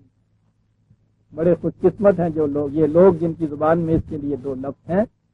ہمیں اگر وہ کہنا پڑے پہلی اسٹیج کے متعلق تو ہم ایک لفظ میں نہیں کہہ سکتے. لہ الخلق والامر، امر اور خلق کی اسٹیجز ساری اس کے پروگرام کی تکمیل کے لیے سرگرم عمل ہے. لہو کے معنی یہ ہو جائیں گے. صرف ملکیت کا تصور نہیں، ملکیت کا بھی تو تصور ہے، مالک بھی وہی ہے، لیکن لہو جو ہے وہ یہی ہے. اس کے پروگرام کی تکمیل کے لیے سرگرم عمل ہیں یہ سارے. یہ کاہے کے لیے یہ سارا سلسلہ ہے؟ کہا تبارک اللہ رب العالمین. یہ ربوبیت عالمینی کے لیے یہ سب کچھ ہو رہا ہے. رب العالمین، آپ کو معلوم ہے اب تو کہ رب کیا ہوتا ہے؟ کسی شے کو اس کے نقطۂ آغاز سے نشو و نما دیتے ہوئے بتدریج تکمیل تک پہنچا دینے کو تربیت کہتے ہیں، اور ایسا کرنے والا جو ہے اس کو رب کہتے ہیں. انگریزی زبان میں ترجمے ہوئے، ہم نے لارڈ اس کا ترجمہ کر دیا، یعنی وہی بائبل کا ترجمہ. کیا ذہن میں آتا ہے آپ کے ہاں لارڈ؟ شاید ویسا ہی جیسا کہ وہ لینڈ لارڈ میں سے لینڈ رہ گئی تھی، کہتا تھا وہ لارڈ ہی ہے. میں اٹھا نا سردار جی نے اپنے وہاں وہ سائن بورڈ کے اوپر لکھا ہوا تھا نا، سونا سنگھ لارڈ. انہوں نے کہا تو لارڈ کس طرح ہوا؟ کہنے لگا کہ اتنے پاکستان سے آگے تھا تو لینڈ لارڈ تھا نا، تو لینڈ رہ گئی پاکستان کی، لارڈ اسی باقی رہ گئے. جس طرح کے لارڈ عزیزان مان ہم بنتے چلے جا رہے ہیں، آدھا حصہ آپ کے ہاں کا بھی تو گم ہوا ہے. اس سردار سونا سنگھ پہ تو ہم ہنس پڑے، اپنے آپ پہ ہنس نہیں رہے، اس لیے کہ ہم اب بھی اپنے آپ کو لارڈ سمجھے ہوئے. تبارک اللہ رب العالمین، نقطۂ آغاز سے تکمیل تک بتدریج لے جانے والا یہ ہے رب. کہا یہ سارا کچھ جو ہے یہ اس کے لیے ہے. تبارک کا میں نے برکت کے معنی بتائے تھے آپ. اس طرح سے نشو و نما کسی چیز کی طرف ہوتے جانا کہ وہ اپنی جڑوں کے اوپر بھی مضبوط رہے اور نشو و نما بھی ہوتی چلی جائے اس چیز کی. کہا ان خصوصیات کا مالک ہے وہ. اور یہ سارا سلسلہ جو ہے ربوبیت عالمینی کے متعلق ہے جو ہو رہا ہے.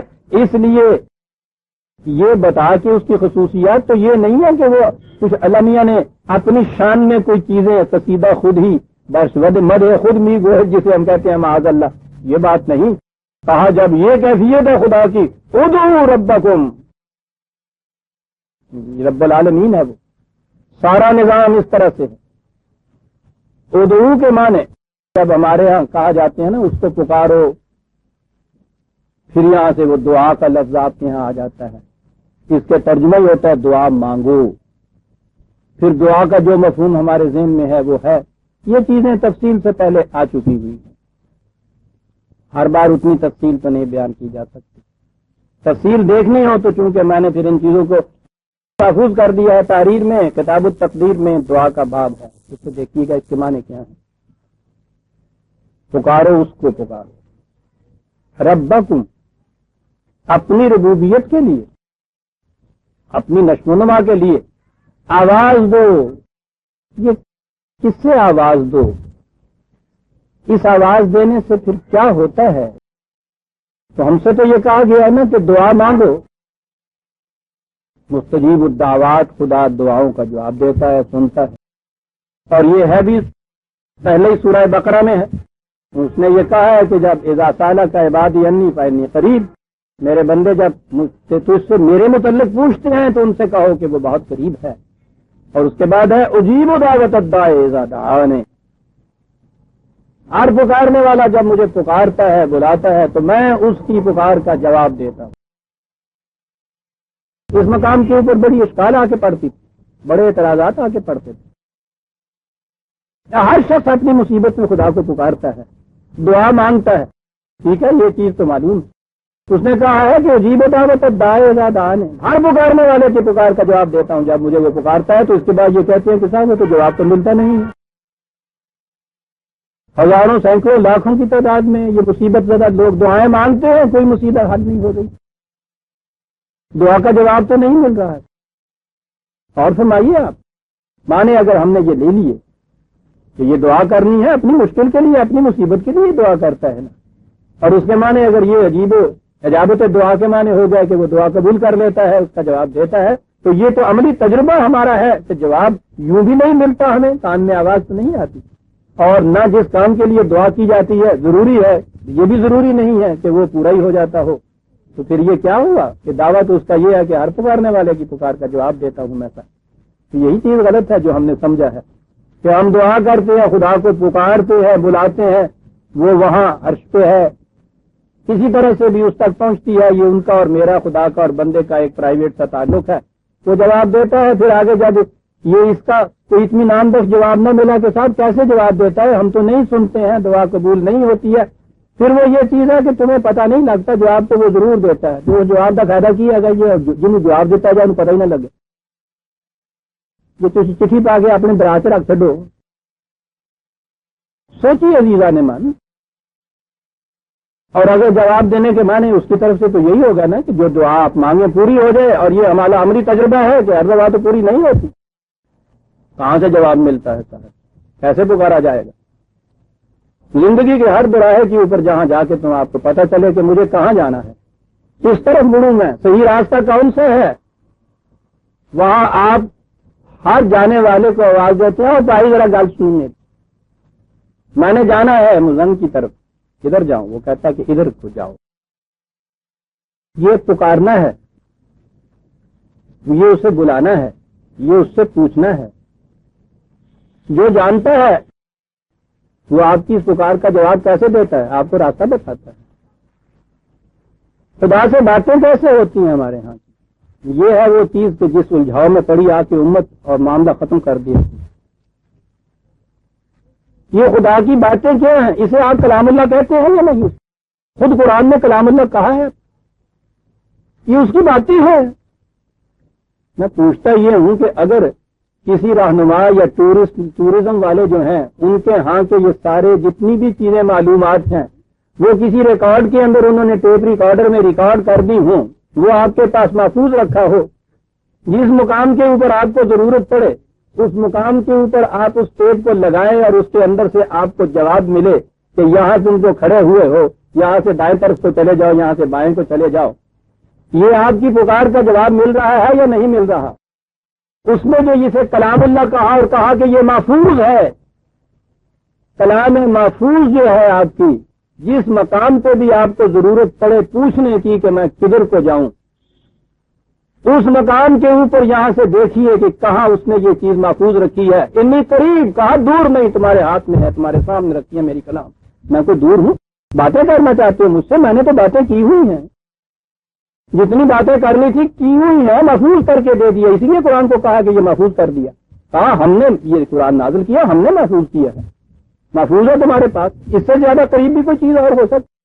دن رات، صبح شام، رات کی تنہائیوں کے اندر جب بھی کوئی کھٹک پیدا ہو، جب بھی کوئی سوال پیدا ہو، اٹھیے اور لیجیے اس کو، اتنی قریب۔ تو جیبو دعوت دائے زادان، جب بھی کوئی پکارنے والا پکارتا ہے راستہ پوچھنے کے لیے تو یہ جواب دیتا ہے اس کو۔ یہ ہے عزیزان من خدا کا پکارنا، یہ ہے خدا کا جواب۔ ہر پکارنے والے کی پکار کا جواب ملتا ہے، اس میں سے بہت قریب ہے، وہ دور نہیں ہے، دیتا ہوں۔ اور اس کے بعد وہاں یہ ہے کہ ان سے کہو فاستجیبوا لی، تو اتنی بات ہی نہیں ہے تم نے پوچھ لیا، میں نے بتا دیا تو معاملہ تمہارا ہو گیا ختم۔ آگے تم نے بھی کچھ کرنا ہے، فاستجیبوا لی، میں نے بھی تو اس میں تمہیں پکارا ہے، کچھ کہا ہے تم سے، تم بھی تو اس طرح سے جواب دو اس کا۔ یہاں خدا پکار رہا ہے بندے کو، اسے یہ کہہ رہا، راستہ بتانے والا بتانے کے بعد وہ کہے گا کہ ہاں آگے بتاؤ، سمجھ میں آ گئی بات؟ کہ جی ہاں سمجھ میں آ گئی بات، تو چلو پھر ادھر کو، تم بھی تو جواب دو میری پکار کا۔ یہ ہے عزیزان من، بس ایک قرآن سے اس امت کو جب بیگانہ بنایا، ادھر ادھر کیا، تو اس کے بعد پھر کیوں نہ بینند حقیقت رہے افسانہ زنند، ساری چیز افسانے پھر یہاں سے تراشے گئے، پھر خدا سے براہ راست کلام کے سلسلے جاری کیے گئے، پھر وہ کسی ایک کی دعائی سنتا ہے، دوسرے کی نہیں سنتا، اس سے بات کرتا ہے اور سے نہیں کرتا، اور یہ جو کلام اللہ ہے یہ بس صرف ثواب کے لیے رہ گیا۔ کلام اللہ ہے عزیزان من، بڑی بڑی گہری چیز ہے جس سے کہا گیا یہ کلام ہے، اس باتیں کرتا ہے یہ۔ پکارو تم، میں پکار کا جواب دیتا ہوں۔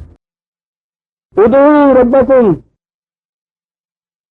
پکارو تم خدا اپنے ربکم، جہاں بھی ربوبیت کی تمہیں ضرورت پڑے، اور ربوبیت کی ضرورت کہاں نہیں پڑتی، اللہ یامن فی شان کا ہے، ہر شے اپنی ربوبیت کے لیے اس کے تقاضے بدلتے رہتے ہیں، ہر آن تقاضے بدلتے رہتے ہیں۔ یسلو، ہر شے محتاج ہوتی ہے۔ اس آیت کا ترجمہ بھی عجیب و غریب ہے، خیر یہ تو بات اور ہے۔ ہر آن تقاضے بدلتے رہتے ہیں ربوبیت کے، جو تقاضا بھی تمہارے سامنے آئے، معلوم کرنا ہو کہ ربوبیت کیسے اس کے بعد ہوگی، ہم سے پوچھو، ہم جواب دیں گے۔ یہ بات کہ ربوبیت کے لیے پوچھو، تضرعاً و خفیۃً۔ اب ہمارے یہاں وہ ترجمہ صاحب تضرع، ذرا اس کے معنی ترجمہ ہوا گریہ و زاری، نالا و فریاد، جھکے ہوئے، انکساری کے ساتھ، روتے ہوئے، چیختے ہوئے۔ جتنے یہ بڑے بڑے آپ کے ہاں مقربین بنائے جاتے ہیں، ان کی زندگیاں آپ دیکھیے صاحب، دیکھا ہوا ہوتا ہے کہ حضور جو سجدے میں گئے ہیں 40 سال تک روتے رہے، اس کے اندر خدا کو تضرعاً پکارتے رہے صاحب، کھڑے ہوئے روتے رہے، تو یہاں اتنے بال ہو گئے کہ چڑیوں نے گھونسلے بنا لیے ان کے اندر، تضرعاً یہ ہو رہا تھا، تضرعاً۔ وہاں ہے ربکم، عجیب چیز ہے عزیزان من، پکارو اسے، پکار کا جواب دے گا تمہاری، کس طرح پکارو؟ ذرا ان کہتے ہیں تھن کو، ماں کے تھن کو جس میں سے دودھ نکلتا ہے، کہتا ہے یوں پکارو جیسے بچہ بھوکتے وقت ماں کے تھن کو پکارتا ہے اور اس میں سے دودھ کی نہریں جاری ہو جاتی ہیں۔ تضرعاً پکارو، اندر ایک ضرورت کا احساس ہو، وہاں سے ایک آرزو بیدار ہوتی ہے، اس کے بعد لپک کے وہ بچہ جاتا ہے، کسی اور طرف نہیں جاتا، اندر اس کے یہ چیز ہوتی ہے، اسی کی طرف جاتا ہے۔ کاہے کے لیے جاتا ہے؟ ربوبیت کے لیے جاتا ہے۔ جب بھی وہ پکارتا ہے ملتا ہے نا جواب وہاں سے اس کی دعا کا، تضرعاً پکار۔ ارے یہ سامان بھی تو ہم نہیں کیا تھا، وہ کہتے ہیں کہ تم نے تو کوئی اندر ماں کی چھاتیوں میں مشین نہیں لگا دی تھی کہ ایک دن پہلے تک، ایک گھنٹے پہلے تک ان چھاتیوں کے اندر کچھ نہیں تھا۔ اس وقت بچے کی جو پرورش ہو رہی تھی رحمت سے ہو رہی تھی اندر، تمہیں نہیں معلوم تھا. پیدائش کے بعد تو آپ دیکھیے بچے کے دل میں بھوک کا احساس پڑتا. وہ کون ہے جو اس کی رہنمائی کر رہا ہے؟ اس طرف جاؤ بیٹا. کہاں سے یہ رہنمائی مل رہی ہے اس کو؟ ہم نے بھی رہنمائی جاتا ہے اس کی طرف، اور اس کے اندر چشمے ابلتے ہیں اس کی ربوبیت سے. ایسے ابلتے ہیں کہ پہلے دن آتا ہے تو اس کے اندر شاید 5% بھی غذائیت نہیں ہوتی، اتنا پانی ہوتا ہے، کیونکہ اس کا معدہ تو ابھی اتنا زیادہ قبول نہیں کرتا. کئی دفعہ یہ بات آئی. جو وہ بڑھتا جاتا ہے عمر کے اندر، اس کا معدہ جو ہے زیادہ غذا والی چیز کو ہضم کرنے کے قابل ہوتا چلا جاتا ہے. دودھ خود بخود گاڑھا ہوتا چلا جاتا ہے، پانی کی مقدار کم ہوتی چلی جاتی ہے، اور اس میں غذائیت جو ہے، دونیت جو ہے، وہ زیادہ بڑھتی چلی جاتی ہے.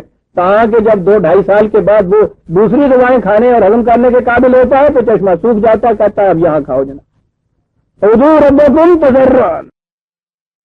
لیکن اس کے لیے تو ایک اندر سے تڑپ پیدا ہونی چاہیے، طلب پیدا ہونی چاہیے، طلب پیدا ہونی چاہیے اندر سے. جبھی بچہ ماں کے دودھ کی طرف جاتا ہے. بچے کے اندر بھوک کی طلب نہیں پیدا ہوتی کسی وجہ سے، کسی حادثے سے، تو وہ جاتا ہی نہیں. فیڈنگ کی بوتل دیجیے تو وہ منہ کر لیتا ہے. تضرعا، اندر طلب پیدا کرو اس چیز کی. طلب کے لیے عزیزان ما لگا لفظ خفیہ. ایک طلب تو وہ ہے کہ جو ظاہر ہو جاتی ہے، ایک وہ طلب ہے جو تمہارے تحت شعور میں ہوتی ہے. قرآن کریم نے شعور کے مقابل میں خفیٌ کہا ہے. تمہارے تحت شعور کے اندر یہ طلب پیدا ہونی چاہیے کہ میں نے اپنی نشو و نما کے لیے اس کو پکارنا ہے، اس کے قانون کی ضرورت ہے. تبھی نشو و نما تو حیوانات کے بچے بھی تلاش کر لیتے ہیں، وہ بھی اپنے بچوں کو دودھ دیتی ہیں، وہ بھی اپنی وہ ماں کے تھن کی طرف جاتا ہے. اس میں ایک اور بھی تو نشو و نما ہے انسان کے بارے میں. یہ نشو و نما ہے اس کی انسانیت کی، یہ نشو و نما ہے اس کی ذات کی. اس کی طلب کہاں سے شروع ہوگی؟ تو کہا یہ چیز تو ابھی تمہارے شعور میں بھی نہیں آئے گی، تمہارے انکانشیس مائنڈ کے اندر ہوگی، تحت شعور کے اندر آئے گی. یہاں سے یہ کچھ کرو تو پھر دیکھو کیسے سامان نشو و نما ملتا ہے. ورنہ انہ لا یحب المعتدین، جو اس طرح سے حدود فراموش ہو جاتے ہیں، تجاوز کر جاتے ہیں، وہ پسند نہیں کرتا ہے. اسے پکارو پھر دیکھو کہ جواب کیسے ملتا ہے. سامان نشو و نما کے چشمے کیسے اگلتے ہوئے آتے ہیں. لیکن کرو یہی کہ اب جو تمہیں سامان نشو و نما کے چشمے اور اسباب ملے ہیں ان میں حدود فراموشی نہ کرو. اپنی حد کے اندر ہے، جتنی کسی کو ضرورت ہے اتنا ہی ہے، دوسرا تو نہ لے لے. جس وقت بچے کی بھوک ختم ہو جاتی ہے خود وہ چھوڑ دیتا ہے دودھ. جب پھر اس کو طلب ہوتی ہے پھر وہاں سے مل جاتا ہے. یہ تو ہے حدود کے اندر رہنے کی بات. حدود فراموشی یہ ہے کہ وہ بچے، یہ تو غنیمت ہے کہ ابھی انسانوں کی یہ جو عورتوں کا دودھ ہے اس کی ابھی استعمال کی شکلیں شاید عام نہیں ہوئی یا ابھی ہوئی نہیں ہے. تو جانوروں کو ہم کیا کرتے ہیں، بچے ان کے پیدا ہو جاتے ہیں، انہوں کے منہ سے سکیاں بن لینے والی تو دودھ سارا میں جوڑ کے بھی اپنے قریب آ جانے چاہیے. معتدین کیوں دودھ سے آگے بڑھتے تھے. بچے کا حق فائد تھا، اس سے زائد اگر اس میں پیدا ہوتا ہے تو وہ تمہارا حق ہے. معتدین اس سے آگے بڑھو گے تو یہ تمہارا حق نہیں ہے. اور یہ تو دودھ اور بچے کی قضیت ہے. اس کے بعد تو ہم نے کیا ہی ہے عزیزہ نمبر کہ جتنے کوئی کمزور و غریب ہو گئے ان کے پیدائش کے ساتھ ہی منہ کے چھٹے بن دیتے تھے، انہوں نے سارا کچھ جگہ سے نچوڑ کے بہ گئے. ان کے بچے بھوک سے مرے، ہمارے کتے کی فربہی میں فرق نہ. معتدین حدود فراموشی کرتے. کہا اس کا نتیجہ کیا ہے؟ لا تفسدوا فی الارض. اور سرچشمہ وسائل اور سرچشمہ زندگی کی پرورش، سامان پرورش یہ ہے. یہ حدود فراموشی انسانی زندگی کے اندر فوراً آ گئی. لا تفسدوا فی الارض بعد اصلاحها. جب ہمواریاں پیدا ہو جائیں، اصلاح پیدا ہو جائے، اس قانون کے مطابق کہیں معاشرہ بنے، پھر اس کے بعد سرکشی نہ برتو. حدود فراموشی، اپنی حد سے آگے نہ بڑھو. حد کی چیز یہ ہے کہ یسرون کا ماذا ینفقون قل اللہ. ٹھیک ہے، حد ہماری کیا ہے؟ جتنی تمہاری ضرورت ہے اتنی تمہاری حد ہے. بچے کا پیٹ بھر جاتا ہے خود چھوڑ دیتا ہے. تو یہ حد جو ہے عزیزان من، یہ تو حیوان بھی اس حد کو ملحوظ رکھتا ہے. جب بیل کا پیٹ بھر جاتا ہے تو وہ بھی باقی چارہ چھوڑ دیتا ہے. وہ تو اسے بینک میں جمع نہیں کرا دیتا، تو حدود فراموش ہو جاتی ہے اس کے پاس. یہ تو تمہاری ضرورت کے لیے تھی، ربوبیت کے لیے یہ چیز تھی، پرورش کے لیے چیز تھی، اقتدار کے لیے تو نہیں تھی کہ دوسروں کو معروم کرو اور خود تجوریاں بھرتے چلے جاؤ. لا تو پھر بچوایا. دیکھو کس طرح سے بات میں سے کڑی نکلتی ہوئی چلی آ رہی ہے. عرض کے اندر عرض یہی ہے جو معیشت ہے آپ کے ہاں کی، سامان معیشت ہے جو آپ کے ہاں کا. فساد مت بچاؤ. اصلاح کے معنی ہوتا ہے ہمواریاں پیدا کرنا، فساد کے معنی نہ ہمواریاں پیدا کرنا. وہ معتدین کا یہ تفسیر ہو رہی ہے. لہذا بالکل فساد نہ بچاؤ اس میں. وعدو خوف و تمان، وہی ادو والی بات ہے. پکارو اسے پکارو. کون کون سے حالات ہیں تو یہ دھڑکا پیدا ہو جائے گا کہ کمی ہو جائے گی صاحب سامان نشو و نما میں. یہ چیز کبھی پیدا ہو جائے کسی قسم کی، یہ اندیشہ پیدا ہو جائے تو اس کے لیے بھی پوچھو اس سے کہ فرمائیے ایسے میں ہمیں کیا کرنا چاہیے. اس سے پوچھو. خود اپنے ذہن سے اس کے لیے بیٹھ کے نہ تجویزیں کرنے لگ جاؤ، نہیں فیصلہ کر سکو گے. ہر فرد کی عقل یہ کہے گی کہ تم اپنے اور اپنے بچوں کے لیے تو زیادہ سے زیادہ سمیٹ دو. یہ کرو بابا، وہ دوسرے جو ہے وہ اپنا انتظام کریں گے. یہ کیا کہا؟ بالکل نہیں. اگر ایسی صورت کہیں پیدا ہو جائے کہ اندیشہ ہو تمہیں کہ اس ربوبیت کے سامان میں شاید کہیں کچھ کمی آ جائے، کیا کرنا چاہیے؟ ودعو ہو، اس سے پوچھو. اور اگر کبھی اندر یہ چیز پیدا ہو جائے، ضرورت تو پیدا ہو گئی، تو زیادہ سمیٹنا چاہیے اس کے لیے.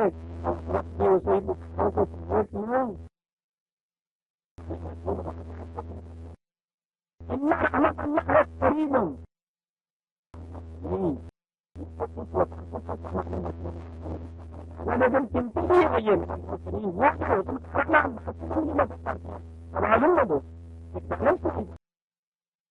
نہیں بڑھتے یہ بہت تین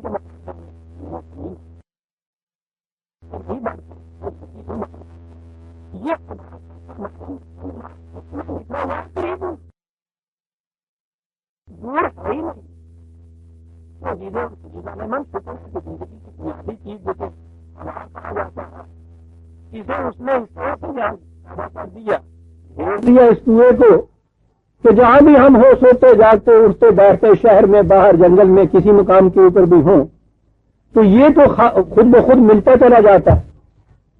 اگر اس کی بھی صورت اسی قسم کی ہوتی یہ کیپٹلزم والی، تو یہ بھی پتہ نہیں کہ کتنے غبارے بھر کے رکھ لیتے اپنے یہاں سے، تڑپتے مر جاتے. قریب کیا کہا ہے؟ رحمت و خداوندی تو قریب ہے. انسانوں کو اس سے دور کیوں ہٹاتے؟ قریب. جنت کے پھلوں کے متعلق ایک خصوصیت بتائی ہے نا، دانیت. دانیت ان کے معنی ہی ہوتا ہے اتنے جھکے ہوئے جو خود تمہاری جھولی میں آگے رہے. قریب من المحسنین، خدا کی رحمت. یہاں رحمت کا کچھ ترجمہ ہوا، محسنین کے کچھ ترجمے ہوئے. وہ دیکھا نہیں کہ لا تفسدوا فی الارض بعد اصلاحہا، پیچھے ربوبیت آ رہی ہے، عرض میں اصلاح پیدا ہو رہی ہے. یہاں کہا جا رہا ہے رحمت اللہ قریب من المحسنین. یہ سامان نشو و نما جو بلا مزد معاوضہ ملتا ہے، رحمت کا وہ سامان ہوتا ہے. وہ تو ہر اس قوم، ہر اس فرد کے قریب ہے کہ جو حسن کارانہ انداز سے زندگی بسر کرتا ہے، یعنی تجاوز نہیں کرتا ان حدود سے، اور بیلنس اور توازن قائم رکھتا ہے. یہ ہر اس کے قریب ہے. یہ یاد رکھو، یہ ہے طریقہ ربوبیت عالمینی حاصل کرنے کا عزیزان من. اور اس کے بعد پھر بتایا ہے کہ اور تمہیں بتائے قریب کیسے ہے، اور ہم نے یہ باہر کی دنیا میں کیسے انتظام کر رکھا ہے. اسی طریقے سے اپنی زندگی کے اندر بھی تم وہی کچھ کرو. ہم سورہ الاعراف کی آیت 56 تک آ گئے عزیزان من. 57 سے آئندہ لیں گے. ربنا تقبل منا انک انت السمیع العلیم.